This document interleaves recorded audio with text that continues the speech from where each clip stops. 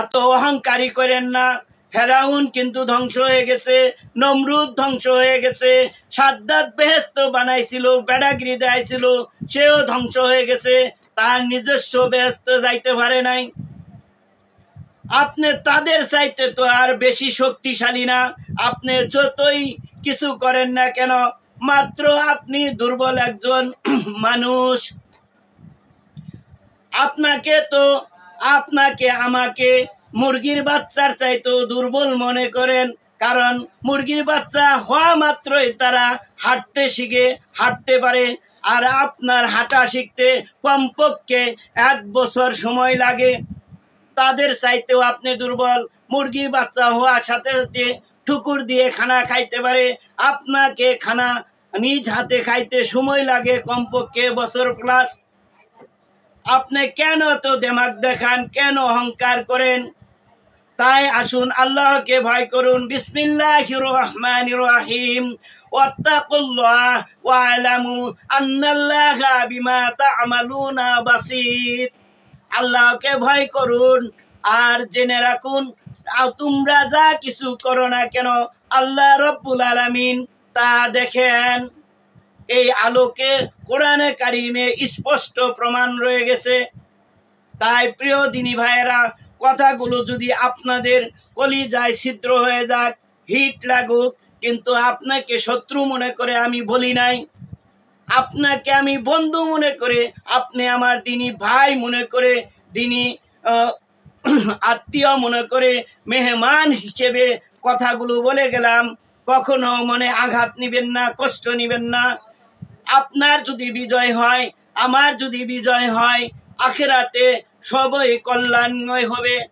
আপনি সুখে থাকেন আখিরাতে, আমরাও সুখে থাকি আখিরাতে, এটা চান কিনা?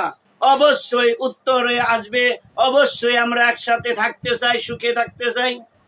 তাই আসুন, যার যে জায়গা থেকে যে ভুলগুলো করতেছেন অবশ্যই পর্দা মুক্ত করেন, অবশ্যই দিনের বেলা খানা বন্ধ করেন, দিনের বেলা খানা বিক্রি বন্ধ করে দেন।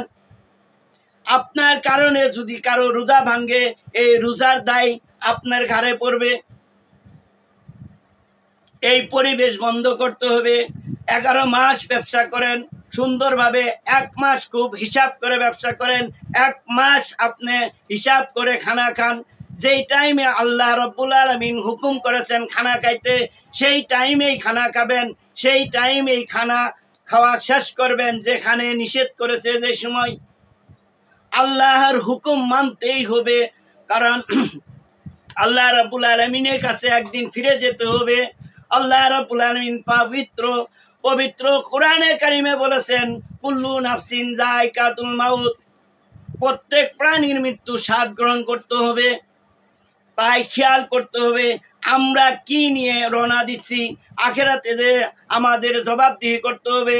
পবিত্র প্রথম ঘাঁটি হলো মানব জীবনের প্রথম ঘাঁটি হলো, আখিরাতের প্রথম ঘাঁটি হলো পবিত্র কোরআনে কারিমে ঘোষণা আছে যে মানব জীবনের প্রথম ঘাঁটি হলো কবর। এই কোরআনে কারিমে উল্লেখ আছে। পবিত্র জবান দিয়ে পবিত্র কোরআনে কারিম থেকে আমরা বেশি বেশি তেলাওয়াত করব, তাহলে আমরা আখিরাতে নাজাত পাবো ইনশাআল্লাহু আজিজ। তাই প্রিয় দিনী ভাইয়েরা, এখন থেকে ইচ্ছা করেন, নিয়ত করেন, মনের প্রাণে ইমানের শক্তিতে যা রোজা ভেঙেছি আর জীবনে কখনো রোজা ভাঙবো না, আর দিনের বেলা কখনো খানা খাবো না, আল্লাহর হুকুম মোতাবেক চলবো ইনশাআল্লাহ। সকলেই নিয়ত করেন, বলেন ইনশাআল্লাহু আজিজ। আল্লাহ তাআলা সকলকে এবং ব্যবসায়ী এবং বেরোজাদার ভাইদেরকে যারা রোজা ভেঙে ফেলেছেন সকলকে বুঝার এবং আমল করার তৌফিক দান করুক এবং ধৈর্য ধারণ করার তৌফিক দান করুক। এ কামনায় শেষ করছি। ওয়া আখিরি দাওয়ানা আনিল হামদুলিল্লাহি রাব্বিল আলামিন। আসসালামু আলাইকুম ওয়া রাহমাতুল্লাহি ওয়া বারাকাতুহু।